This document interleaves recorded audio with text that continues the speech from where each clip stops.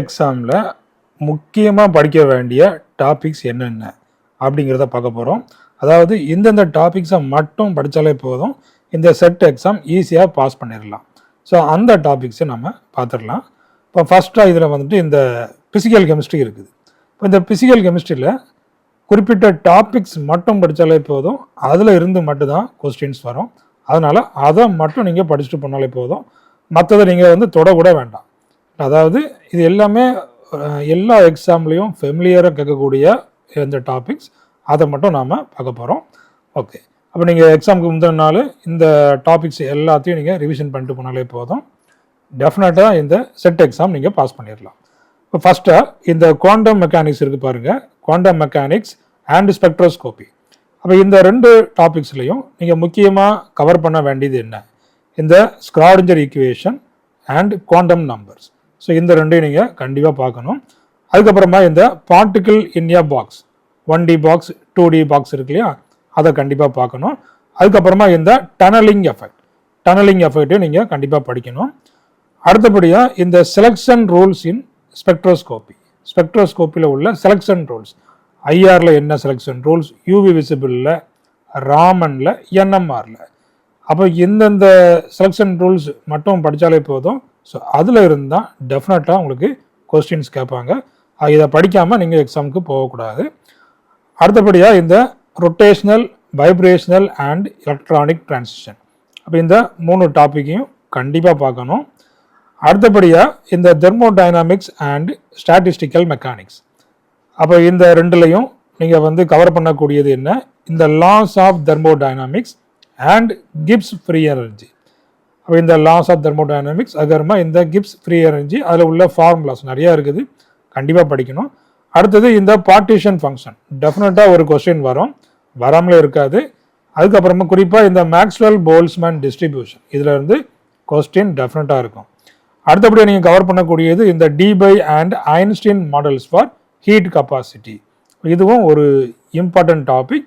அப்போ இந்த thermodynamics, statistical மெக்கானிக்ஸில் இந்த டாபிக்ஸை நீங்கள் கண்டிப்பாக கவர் பண்ணிட்டு போனால் கண்டிப்பாக எக்ஸாம் என்ன பண்ணலாம், கொஸ்டின் அட்டன் பண்ணலாம்.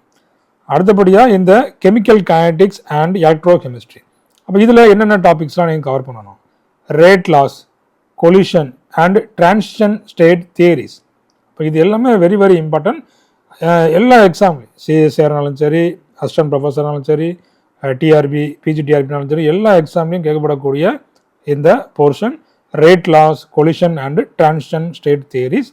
அடுத்தபடியாக அர்கினியஸ் ஈக்குவேஷன், அதில் ப்ராப்ளம்ஸ் கேட்கலாம், அண்ட் ஆக்டிவேஷன் எனர்ஜி. அடுத்தது பாருங்கள், முக்கியமாக ப்ராப்ளம்ஸ் வரக்கூடியது நான்ஸ்ட் ஈக்குவேஷன் அண்ட் எலக்ட்ரோகெமிக்கல்ஸ். டெஃபினட்டாக ஒரு கொஸ்டின் இந்த ரெண்டில் இருந்து ஒன்று வரும். அப்போ இதெல்லாம் நீங்கள் கண்டிப்பாக கவர் பண்ணணும். அடுத்தபடியாக இந்த surface chemistry and catalysis. Surface கெமிஸ்ட்ரியில் அட்சார்ப்ஷன் ஐசோத்தம், லாங்மர், ஃப்ரெண்ட்லிச், அதுக்கப்புறமா இந்த பெட். ஸோ இது எல்லாத்தையும் கண்டிப்பாக நீங்கள் பார்த்துட்டு போகணும். அதில் உள்ள ஃபார்முலாஸ் எல்லாத்தையும் நீங்கள் இதில் கவர் பண்ணிட்டு போகணும். அடுத்தபடியாக ஹெட்ரோஜீனியஸ் அண்ட் ஹோமோஜீனியஸ் கேட்டலிசிஸ், இந்த ரெண்டையும் கண்டிப்பாக இதில் நீங்கள் கவர் பண்ணிட்டு போகணும். இப்போ இதில் இருந்தால் கண்டிப்பாக கொஸ்டின்ஸ் வரும். அப்போ இந்த ஃபிசிக்கல் கெமிஸ்ட்ரியில் இந்த சர்ஃபேஸ் கெமிஸ்ட்ரி, கேட்டலிசிஸில் இந்த டாபிக்ஸை கவர் பண்ணுங்கள். கெமிக்கல் கைனடிக்ஸ், எலக்ட்ரோ கெமிஸ்ட்ரி இதை கவர் பண்ணுங்கள். Thermodynamics, statistical mechanics, quantum mechanics and spectroscopy. So அப்போ ஃபிசிக்கல் கெமிஸ்ட்ரியில் இவ்வளோ டாபிக்ஸ் மட்டும் படித்தாலே போதும், இதில் இருந்துட்டு கொஸ்டின் உங்களுக்கு கண்டிப்பாக வரும், எல்லா கொஸ்டினும் அட்டன் பண்ணலாம். அடுத்தபடியாக இன்ஆர்கானிக் கெமிஸ்ட்ரியில் என்னென்ன டாபிக்ஸை கண்டிப்பாக படிக்கணும், அதுவும் எக்ஸாம் பாயிண்ட் ஆஃப் வியூவில் அப்படிங்கிறத பாருங்கள். First periodic table and coordination chemistry. So அதில் பார்த்தீங்கன்னா trends in atomic and ionic size, electron affinity, electron activity. அப்போ டெஃபினட்டாக ஒரு கொஸ்டின் இதுலேருந்து வரும், இல்லை ionisation energy, electron affinity, electron activity, இதில் கண்டிப்பாக ஒரு கொஸ்டின் வரும். அடுத்தபடியாக இந்த CFT, crystal field theory and ligand field theory. இதெல்லாம் பார்க்காம போகவே கூடாது, டெஃபினட்டாக இதில் கொஸ்டின்ஸ் வரும். அதுக்கப்புறம் magnetic properties and colour of transition metal complexes. அப்போ இதில் இந்த கோஆர்டினேஷன் கெமிஸ்ட்ரி, பீரியாடிக் டேபிளில் கவர் பண்ணக்கூடிய டாபிக்ஸ் இதை மட்டும் படித்தாலே போதும். இன்னும் ஒரு 3 days டைம் இருக்குது. அதில் நீங்கள் எந்தெந்த டாபிக்ஸை மட்டும், முக்கியமான ஹிண்ட்ஸு, முக்கியமான ஃபார்முலாஸ் அதை மட்டும் பார்த்தாலே போதும். அடுத்தபடியாக இந்த organometallic chemistry, and bioinorganic chemistry. அப்போ இதில் பாருங்கள் 18 electron rule, metal carbonyls, catalysis. So இந்த மூணையும் நீங்கள் கண்டிப்பாக கவர் பண்ணணும். அடுத்த role of metals in biological system, அதில் முக்கியமாக ஹீமோக்ளோபின், குளோரோஃபில், இந்த ரெண்டுலேருந்து நீங்கள் கண்டிப்பாக கவர் பண்ணணும். அதுக்கப்புறமா அந்த ஃபோட்டோ சிஸ்டம் இருக்குது, ஃபோட்டோ சிஸ்டம் 1 and 2. ஸோ அதையும் நீங்கள் படித்து வச்சுக்கிடணும். லாஸ்ட் டைம் அதிலிருந்து தான் கொஸ்டின்ஸ் கேட்டுக்கிறாங்க. அப்போ இது எல்லாம் இதில் உள்ள இம்பார்ட்டன்ட் டாபிக்ஸ். அடுத்தபடியாக solid state chemistry and acid base theories, அதில் இந்த Bragg's law, band theory, defects in solids, அப்போ இது எல்லாமே எக்ஸாம் பாயிண்ட் ஆஃப் வியூவில் வெரி வெரி இம்பார்ட்டன்ட்.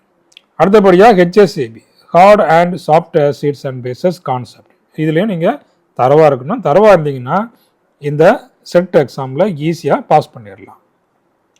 அடுத்தபடியாக இந்த ஆர்கானிக் கெமிஸ்ட்ரி.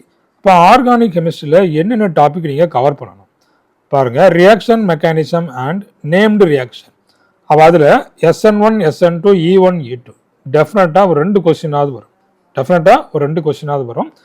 அடுத்தபடியாக பாருங்கள் aldol, Cannizzaro, Perkin and Wittig reaction, டெஃபினட்டாக ஒரு கொஸ்டின்.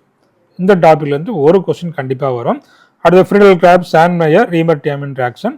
ஸோ இதில் இருந்தும் ஒரு கொஸ்டின் டெஃபினட்டாக வரும். இப்போ reaction mechanism and named reactions, இப்போ ஈஸியாக இதிலிருந்து மார்க் வாங்கிடலாம். அடுத்தபடியாக pericyclic and photo chemistry. So அதில் பார்த்தீங்கன்னா வுட்வர்ட், ஹாஃப்மேன் ரூல்ஸ், FMO அப்ரோச், இந்த ரெண்டையும் நீங்கள் கண்டிப்பாக கவர் பண்ணணும். அடுத்தது singlet and triplet excited states in photo chemistry. So அந்த டாப்பிக்கும் நீங்கள் கண்டிப்பாக பார்த்துட்டு போகணும். அப்போ இது வந்து பெரிசைக்ளிக் அண்ட் ஃபோட்டோ கெமிஸ்ட்ரி. அடுத்தபடியாக spectroscopy in organic chemistry. So very very important. இதில் பார்த்தீங்கன்னா இந்த IR ஸ்பெக்ட்ரோஸ்கோப்பியில் ஐடென்டிஃபிகேஷன் ஆஃப் ஃபங்க்ஷனல் குரூப்ஸ், டெஃபினட்டாக ஒரு கொஸ்டின் இருக்கும். அடுத்தபடியாக இந்த NMRல நீங்கள் படிக்க வேண்டியது கெமிக்கல் ஷிஃப்ட்டு, அதுக்கான அந்த ஃபார்முலா, அதில் உள்ள calculations, coupling constant, spin splitting. So இதில் இருந்தும் நீங்கள் இந்த டாப்பிக்கை கண்டிப்பாக நீங்கள் கவர் பண்ணிட்டு போகணும். அடுத்தபடியாக மாஸ் ஸ்பெக்ட்ரோமெட்ரியில் ஃப்ராக்மெண்டேஷன் பேட்டர்ன், பேஸ் பிக்ஸ், அதுக்கப்புறமா அதில் உள்ள அந்த கேல்குலேஷன்ஸ், இது எல்லாத்தையும் நீங்கள் கண்டிப்பாக அதில் படிச்சுட்டு போகணும். அடுத்தபடியாக இதில் அனாலிட்டிக்கல் கெமிஸ்ட்ரியில் குரோமோட்டோகிராஃபி அண்ட் ஸ்பெக்ட்ரோஸ்கோபி டெக்னிக்ஸ். இதில் பார்த்தீங்கன்னா இந்த principles of GC, HPLC, TLC கண்டிப்பாக நீங்கள் வந்து என்ன செய்யணும், கவர் பண்ணணும். வித் ப்ராப்ளம்ஸ், அதில் ஒரு சில ப்ராப்ளம்ஸ் இருக்கும், அதையும் நீங்கள் கவர் பண்ணிட்டு போகணும். அடுத்தது இந்த UV visible, IR, mass spectrometry, interpretation. So அதுலேயும் நீங்கள் கவர் பண்ணணும். சரிங்களா?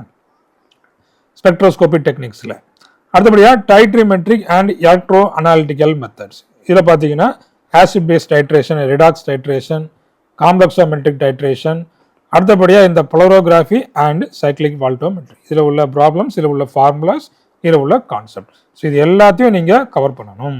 ஸோ இதை கவர் பண்ணிட்டீங்கன்னா இந்த செட் எக்ஸாம் டெஃபினட்டாக நீங்கள் பாஸ் பண்ணிடலாம். அதாவது ஒரு சிலர் எப்படி இருப்பாங்கன்னு பார்த்தீங்கன்னா ஆர்கானிக் கெமிஸ்ட்ரியில் நல்ல தரவாக இருப்பாங்க.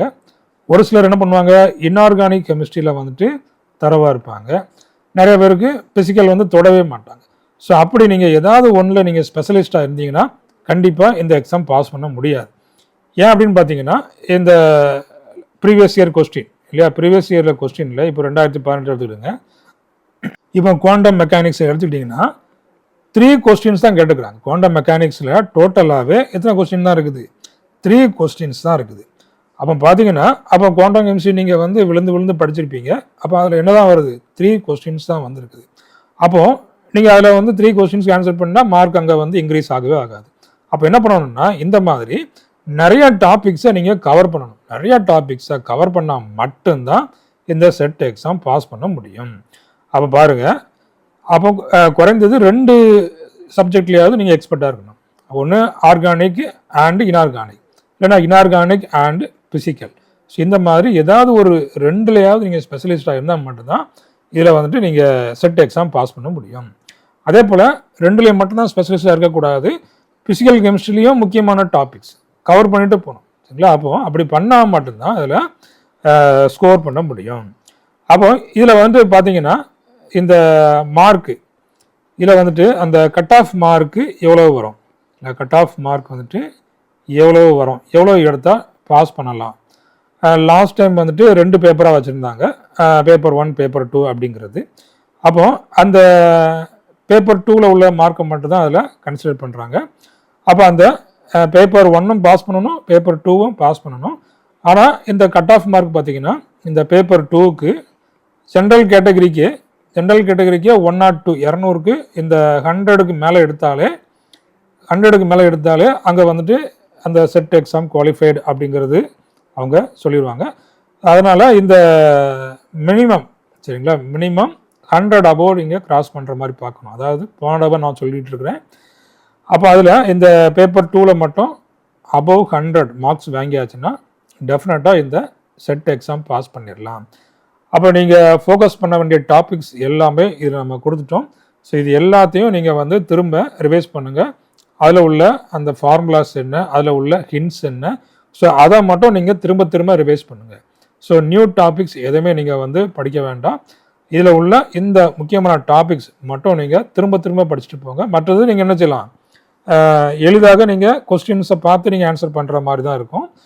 அப்போ இந்த டாபிக்ஸ் வந்துட்டு வெரி வெரி இம்பார்ட்டன்ட். சரிங்களா? தேங்க்யூ, தேங்க்ஸ் ஃபார் வாட்சிங்.